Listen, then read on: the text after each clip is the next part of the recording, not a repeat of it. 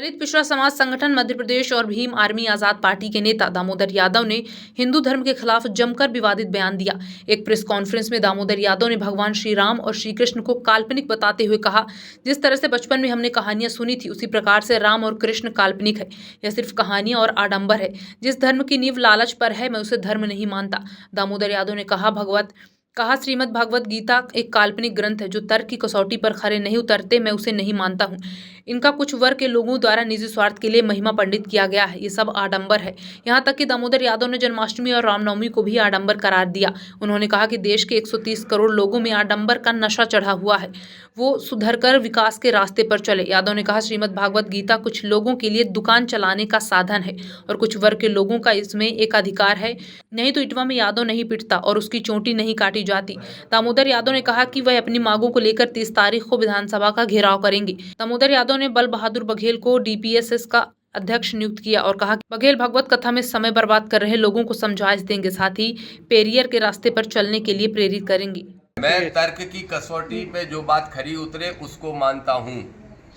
अगर आप ये सवाल व्यक्तिगत दामोदर यादव से पूछ रहे हैं तो ये दामोदर यादव की व्यक्तिगत राय है कि मैं किसी भी काल्पनिक ग्रंथ को नहीं मानता। किसी भी काल्पनिक ग्रंथ को मैं नहीं मानता। मेरी कोई आस्था नहीं है। मेरी आस्था भारतीय संविधान में है। मेरी आस्था शिक्षा के अग्रदूत जो महात्मा फुले ने बताया है, माता सावित्रीबाई फुले ने बताया, उन विचारों में उन पर मैं अच्छा, तो क्या आप फिर जैसे इसको भागवत का विरोध कर रहे हैं तो क्या आप जन्माष्टमी और रामनवमी मैं हर ऐसे आडंबर का विरोध कर रहा हूँ। पर्टिकुलर एक घटनाक्रम एक चीज का नहीं।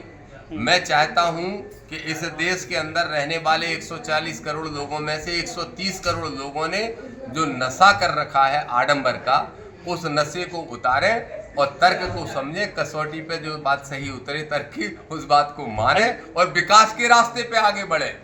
जरा देख लें अड़ोस पड़ोस के देश के वो कितने आगे बढ़े। यादव जी, आपको लगता है कि राम और कृष्ण काल्पनिक थे? सब काल्पनिक कहानी है मेरी नजर में।